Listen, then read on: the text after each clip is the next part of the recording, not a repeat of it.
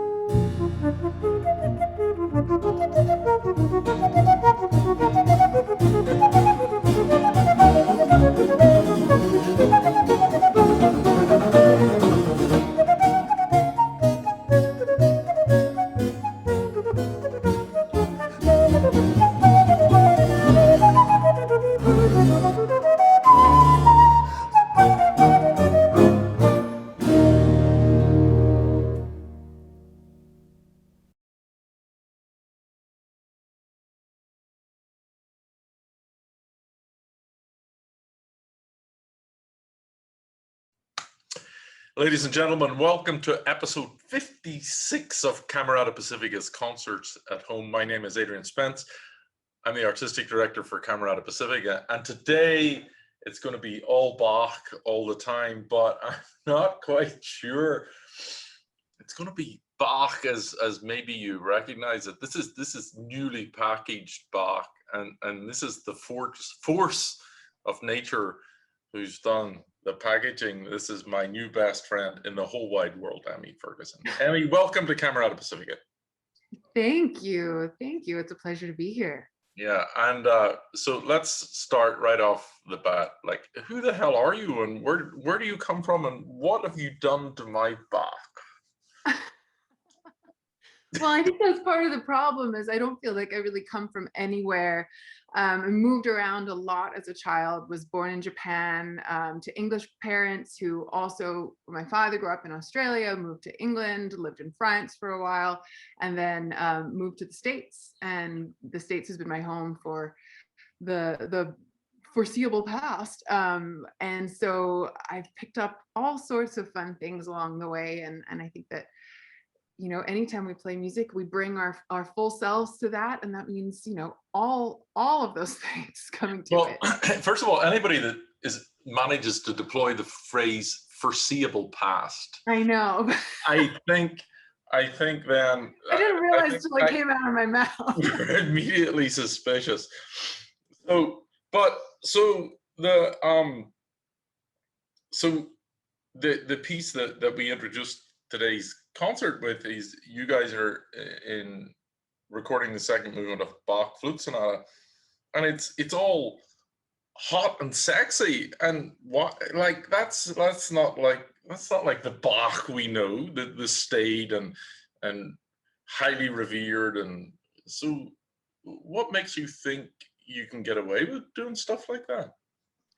Well, I feel like we know very little about Bach. And this is what you sort of read in all of the different scholarship, is that we have a lot of his music. We are missing a lot, but we have a lot of it, but we don't have a lot of information about who he was as a person, really what his personality was like. We have hints and glimmers here and there, but in terms of his like true biography, we're missing so much. So we have arrived sort of as a larger institution, to this idea of Bach sort of in the museum, this, as you said, very staid, respectable, So I'm going to pull up the standard photograph of the black yeah, him in the wig. Like, look at him. This is not a happy man. This is a man that's had too many children. had a Like lot of he did. It's like he hasn't had a complete night's sleep in flipping 25 years.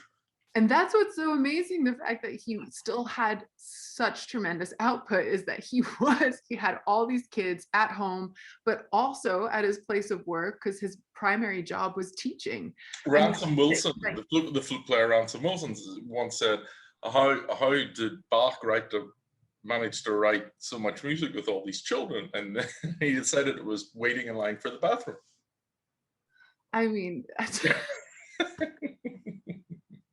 I wouldn't be surprised, but he lived and breathed music in every aspect of his life. And we see that certainly with the music that he wrote for the flute, that he had absolutely no, from what we are able to tell, there's no true reason why he wrote all of these incredible sonatas that we have, other than just wanting to. Right. And it should, for maybe some people don't know, but I'm a flute player as well, so we're going to be like pretty nerdy about the sonatas here. So,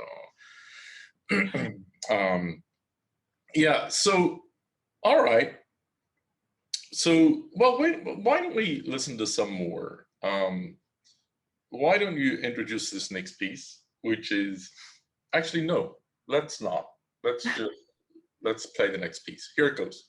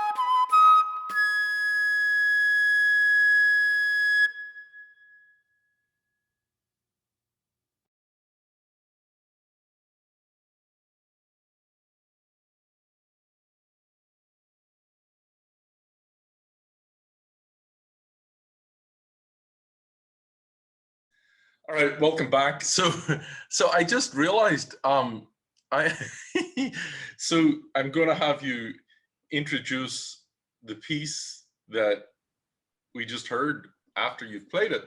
So does that mean we're going to the foreseeable past? I mean, I The think, introduction I'm just said. predictions. Sometimes they come true. All right, so tell us about A, what the piece was, and B, what you did to it.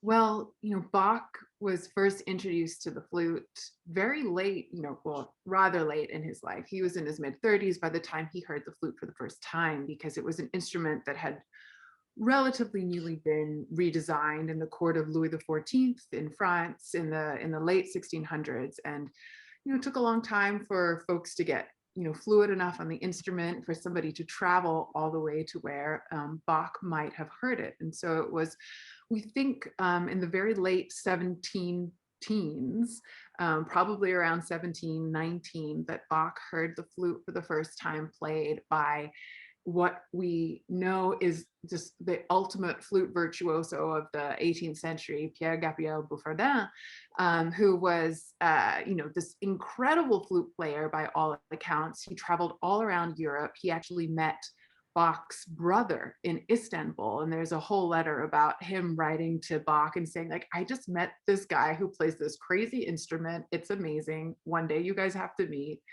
And then a couple of years later, I think in the Dresden court, when Bach was up there, sort of thinking about his Brandenburg Concerti, he met this flute player who was there at the time. And we believe it was for him that Brandenburg 5, which is scored for solo flute, violin, harpsichord, and ensemble, was written with him in mind. And this is like the first piece that we have for the transverse flute, or the sideways flute. Sometimes in Baroque repertoire, the recorder is also called the flute, but that's sort of the flute à bec, or sort of like at the mouth rather than on the side. So we wrote Brandenburg 5, and we also have scholarship that tells us that he wrote the partita around the same time. And this was while Bach was working in Cossin. It was the only time in his life that he was not employed by the church. And so he had all this freedom to write the secular music. So much of his chamber music comes from this time, his violin sonatas, his cello suite, so much keyboard preludes, the Brandenburg Concerti. And this partita, sort of the first crazy thing that he wrote for the flute. And it's, it's a crazy piece. It is really hard. It's incredibly virtuosic. The first movement is just a constant string of 16th notes, very similar to the first movement of the G major cello prelude, the or the first prelude of the well-tempered clavier, it's that same kind of feel to it, but on the flute, which needs breaths. Like, how does one manage that? He takes essentially chords, and instead of playing them all at once like you might do on a keyboard, he breaks them up, because we can only play one note at a time, or so you thought before you just watched that video. There's also the fact that he's got it screaming up to the top of what the range was. The top of the instrument. I don't know of any music, and if anyone knows, please let me know. I don't know any music that wrote to a high A for the flute before that. That was truly groundbreaking. He uses the entire range of the instrument. It's incredibly technically demanding. It's not in the most friendly key for the Baroque flute, which you guys will all learn has definitely favorite keys and unfavorite keys. But it's an amazing piece. And this Allemande is the first movement from it. And this past year, I've had a lot of requests to play it, from various folks who, say, oh, we just love you to share some solo Bach. And I'm not the only one who's gotten this request. I think everybody's probably heard a flute player play the Allemande from the partita this year, if not beforehand. And I just thought, well, what if I put a little bit of my own perspective on this? Because we often talk about how in Baroque music, so much of what's available to us, what's given to us by the composer, is the ability to put your own personality into it. And someone like Bach, there's a quote somewhere that says that he truly felt that the music wasn't complete until the performer got their sort of hands or fingers on the music and actualized it. And so for him, the performer was an incredibly integral part of the creation of the music itself. And so with this, there isn't too much room for ornamentation because it is this constant stream of 16th notes. So I thought, what if, even though this movement kind of acts as a prelude, what if I made a prelude to the prelude? So I created this little introduction. And as you guys heard, I kind of played on this idea that Bach, in his version of the Allemande, is able to spin this like sonic effect that as a flute player, we're creating harmony, or more than one note, which is hard because it's a melody instrument. And so I thought, what would Bach do if maybe he had, all the various different techniques that folks have sort of championed in the years since he was alive. And one of those, as flute players, of course, is the ability to activate our voice while we sing, to create this idea that we are playing more than one note at once. So you hear at the opening there, I'm singing at the same time that I'm playing, so that I can get that effect that a cellist or a violinist might be able to do, with multiple strings. And then it sort of develops itself into Bach's version of the Allemande. We hear that all the way through. And then when my voice enters again, then I start to sort of take Bach's seed material, this like dum ba dum, this idea of ba da dum, or like the leading tone that he comes back to over and over again, the 1-7-1, this raised 7th scale degree in A harmonic minor, and sort of play with that and then develop that in my own way, leading us back into the B section of his Allemande, which then turns into my crazy version after. And then we finally at the end hear the coda, that's like a mashup of mine and Bach's, but we end with that incredible high A that sort of is the most memorable part of this movement. It's so amazing. So it was like taking this already crazy virtuosic piece, and I was like, how do I make it even more virtuosic? And play on all of these ideas that he started in a way that hopefully he would find exciting. Well, so I've only met you about, I think, 7 days ago or something, right? And Tamari McGill said you need to check out Emi, and I have just been, oh. So you're coming to play with us next season with Paolo Bourguignon and Billy Short. But one of the things that immediately I enjoyed about your playing was this idea of extemporization, the idea that, which was standard practice in the day. So it was standard practice that not just Bach, although he was amazingly talented at this, but the musicians would meander their way in between pieces or just extemporize. And so I'm thrilled. I think that's amazing. So, but let tell us let's do a little introduction to the next, because then another video that you sent me, you take the Sarabande from the partita, and you do a mashup. I did do a mashup, and I didn't do much here. I just basically went for 2 movements of Bach. And this one was kind of a very, very special and bizarre request for me, in that this mashup was created to accompany a speech that Ruth Bader Ginsburg was giving. And they wanted to sort of start with me playing and then have her speak over the top and then end with me playing. And so I was trying to think about what pieces could I pick? And it had to be Bach. That was my requirement from the presenter. It has to be Bach, and it's going to accompany this text by Ruth Bader Ginsburg.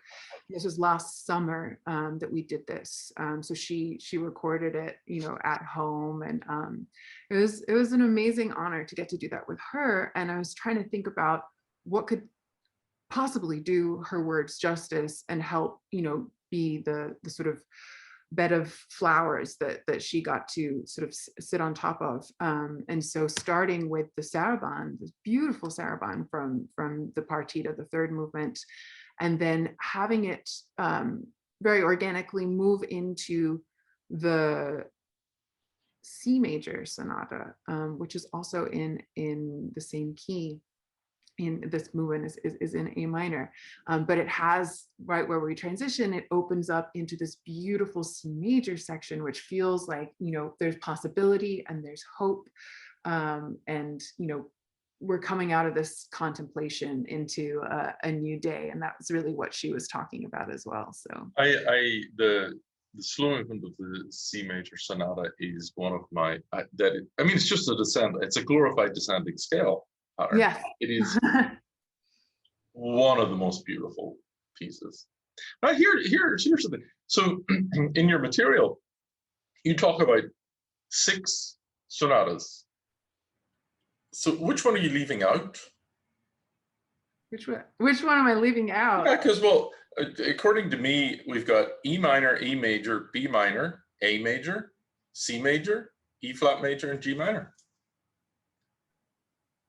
I don't know which one I'm leaving out. So could be the G minor. Well, that's going to be a story for another day. I'll get back to we gotta do some investigating. I gotta do some digging. Well, so the interesting thing, so we're going to play the E minor later on, and we're going to play some of the E major.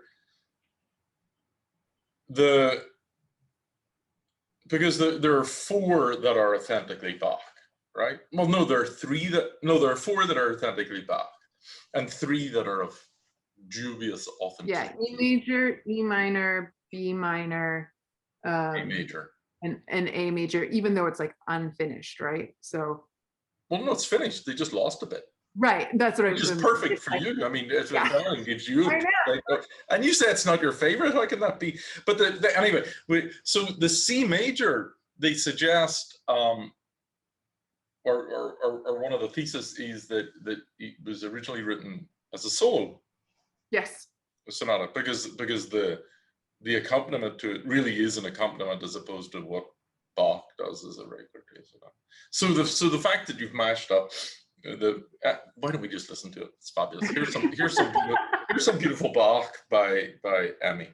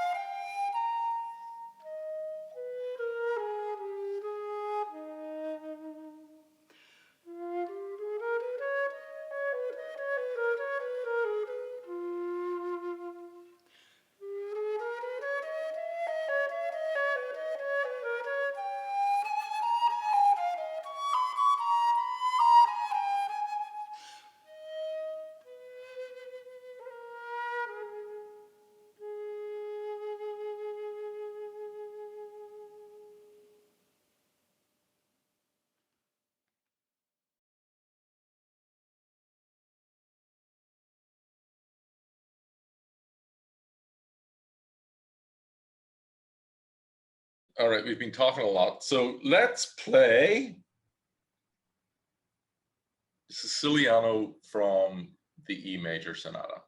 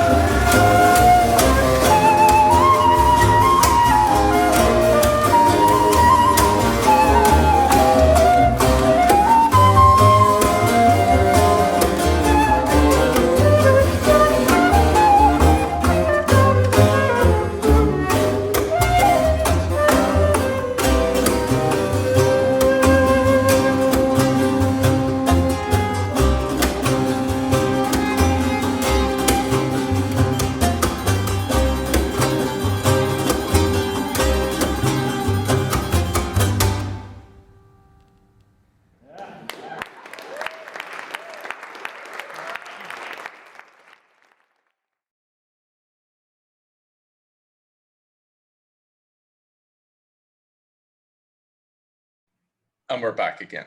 All right, you got something to answer to here. So we need to, so Siciliano is this, well, actually, I wish this was a weird question and answer session here, because I'd love to know what people thought of that piece. Because if you don't know the piece, you're like, this is awesome, Bach's a rock star, and he is. But,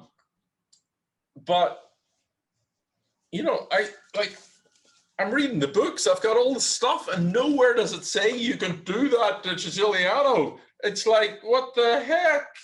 So, explain.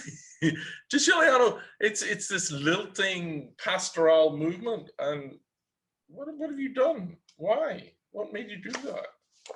Well, why not? But the sonata, the E Major Sonata, is the latest one that he wrote, and it's so unusual for us to have all of this solo repertoire for the flute that spans his entire adult career, because I think for almost all other instruments, his majority of his sonatas were written during that Cotton period between 1717 and 1723. But for some reason, the flute, which he only heard for the first time during that earlier time period, he continues to write for really until his death. I mean, the last thing that he wrote was the musical offering, which was in 1747, 3 years before he died.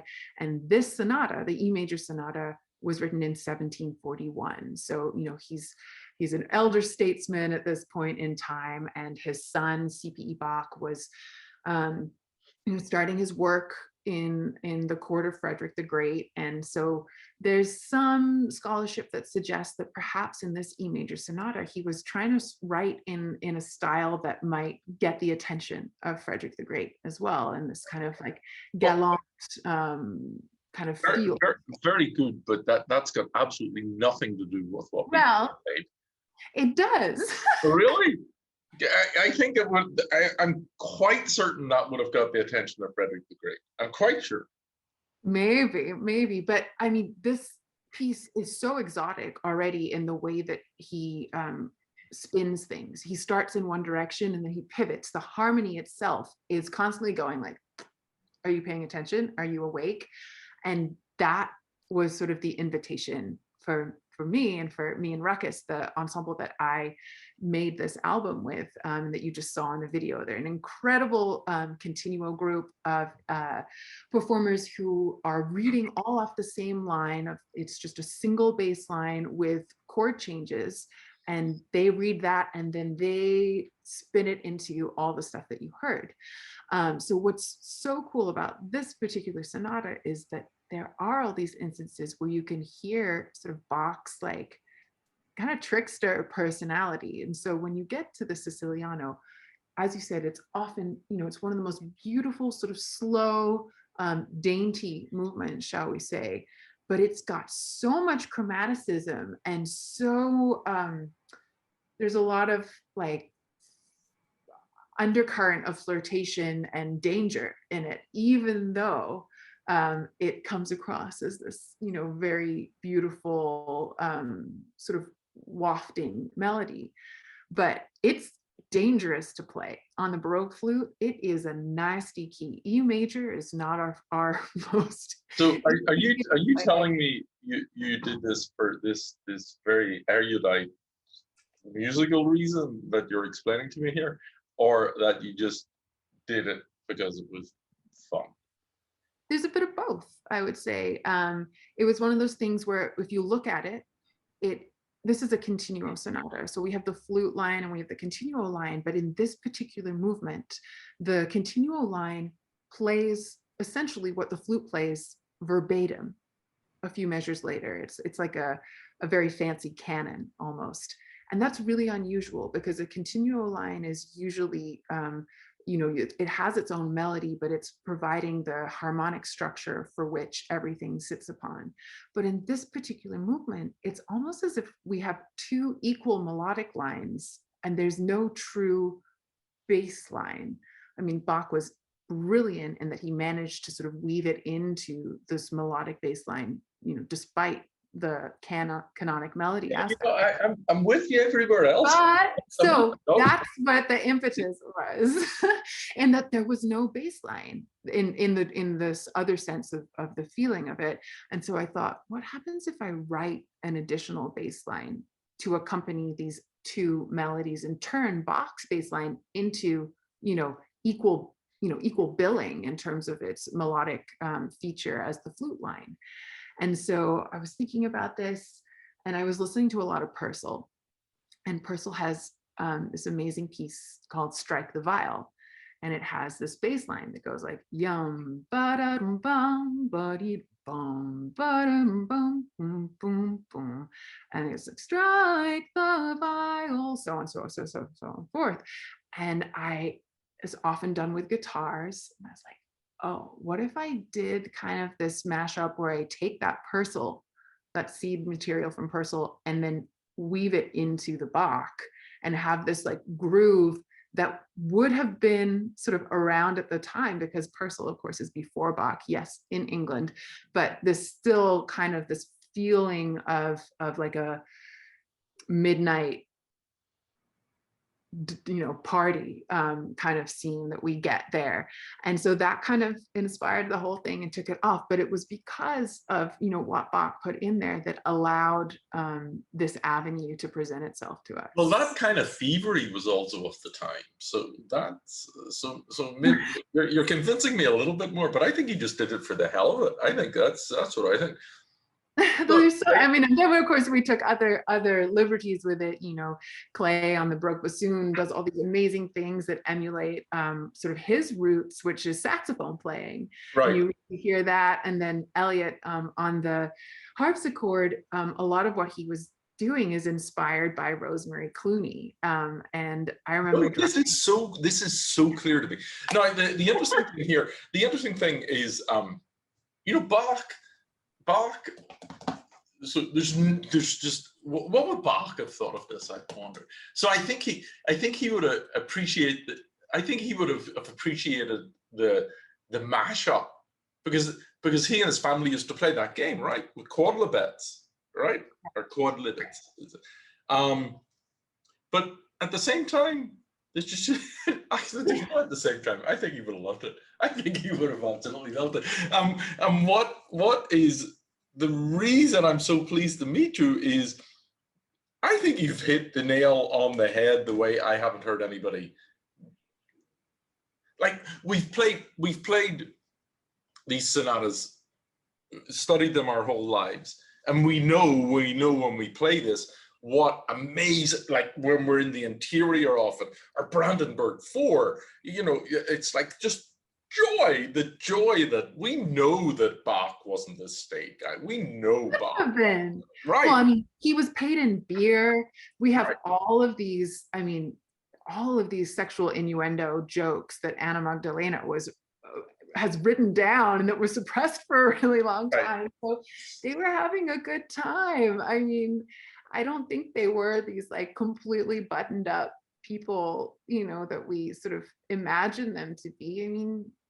So I like to think with my own work with it and the way we presented Bach at Camerata Pacifica, I like to think that we've been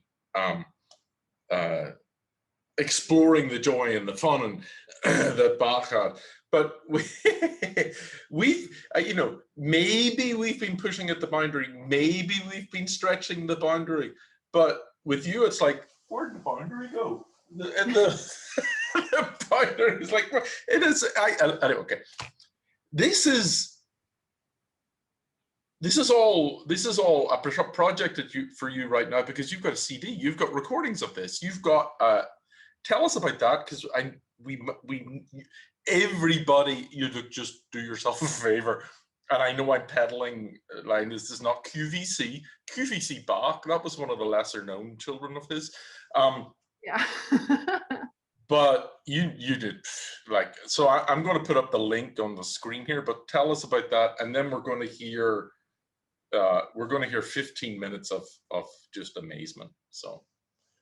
Yeah, it's, we took all three of his continuo sonatas, so the E minor sonata, the E major sonata, and the C major sonata, and we exploded them into all the colors of the rainbow. And it was me with 6 continuo players. We have 2 guitarists who also double on theorbo and 1 on banjo, harpsichord and organ, bass, gamba, cello, baroque bassoon.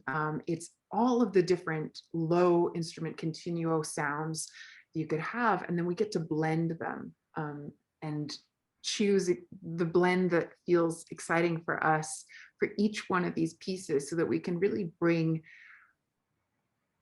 different characters to each one of these movements and hopefully illuminate a little bit more about this incredibly kaleidoscopic character that Bach was, that we often don't get. You are for sure illuminating, but let's cut to the chase here. Where do they get so they get the CD at the links?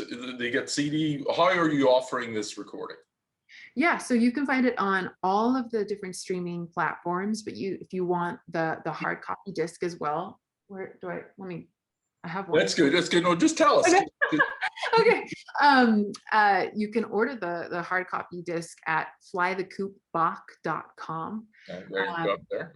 Yeah, and just make sure, you know, if you'd like us to sign it and if you'd like anything written in there, just let us know, and we'll send that on over. It's really fun. There's this beautiful artwork on the album done by an artist named Ivancho Tilevsky that was specifically for the album. So it's a combination of lots of wonderful people's work into this beautiful little package. Okay. Bach, E minor. Here we go. This is you and Ruckus in a live performance? Yes. Where, when, what, how? This was done at Harvard in, I think, December of 2018. So this was before the album was released. We'd already recorded it. And this was our first like live performance of the album, and it's in a beautiful room there. And yeah, I hope you guys enjoy. Is this arguably this must be the most virtuosic of the sonatas, perhaps? It's arguably, we could discuss that. Really hard. It depends what your definition of virtuosity is. Yeah. So it's incredibly technically demanding for everybody. But you know, the flute part itself just has tons of notes and never gives up. There's no space to rest. Right. All right. Well, let's listen to it. Bach E minor with Emi and Ruckus.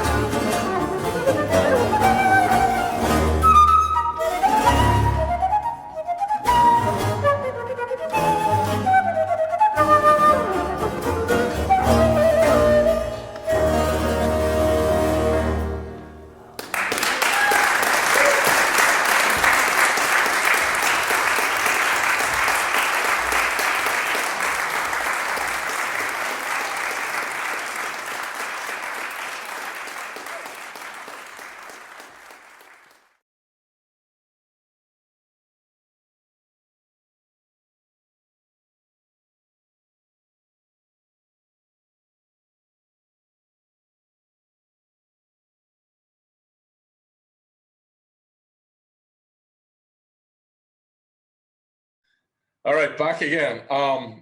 So I love that piece, but playing that on a contemporary instrument is challenging. But how the hell do you play that with one key? I mean, oh my God. Like, You know, what? this one is actually the key in the sonata that actually fits the instrument the best. E minor is by far one of our better keys, but despite that, you know, he still challenges the flute player in every single way you possibly could. Again, writing for, you know, the full range of the instrument, both expressively and technically.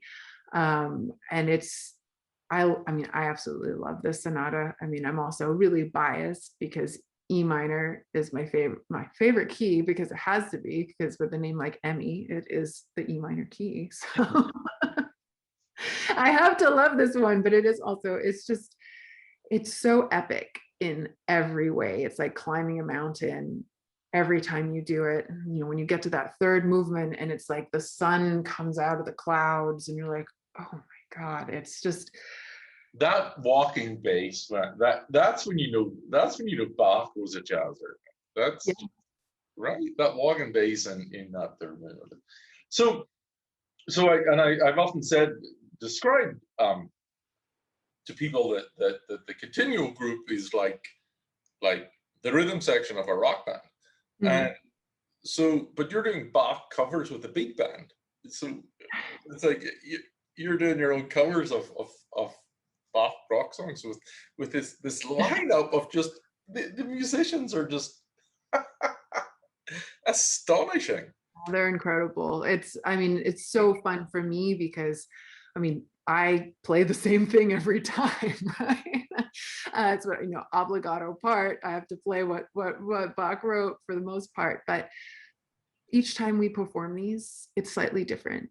And it's, you know, in the same way that if you went to go see a jazz group, it would be a little bit different each time they did it. And so what's amazing about this program is it continues to evolve. We just did it a week ago here in New York for, you know, a live audience and a live stream, which was incredibly exciting. And, you know, a lot of the arrangements have changed since what you heard in that video and since what is on the album.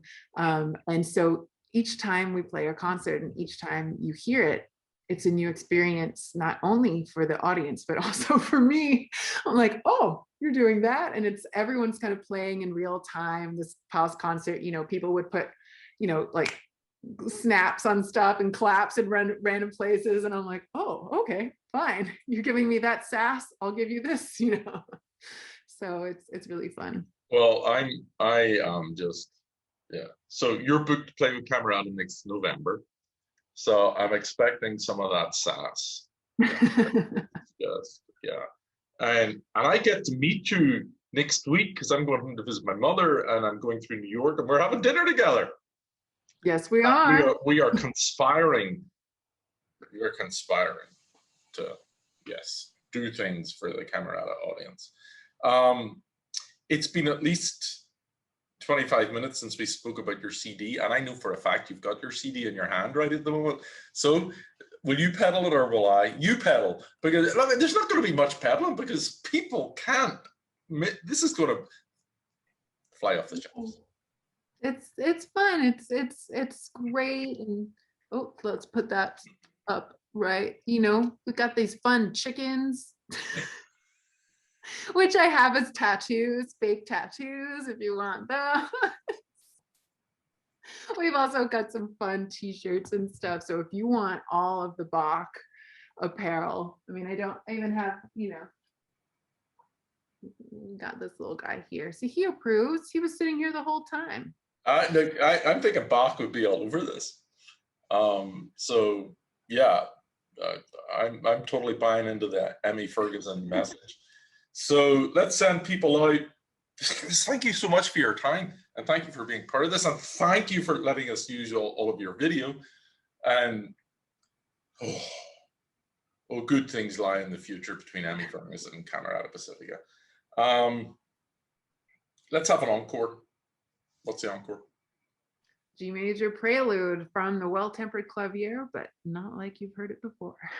I think that's all we need. I think by this point in the program, they understand it's not going to be like what they heard. Emi, thank you so much. See you in a couple of weeks. And there's, well, someone tells me we'll be doing this again. All right. Thank you so much for having me. Yeah. See you next week, folks. Enjoy the Bach.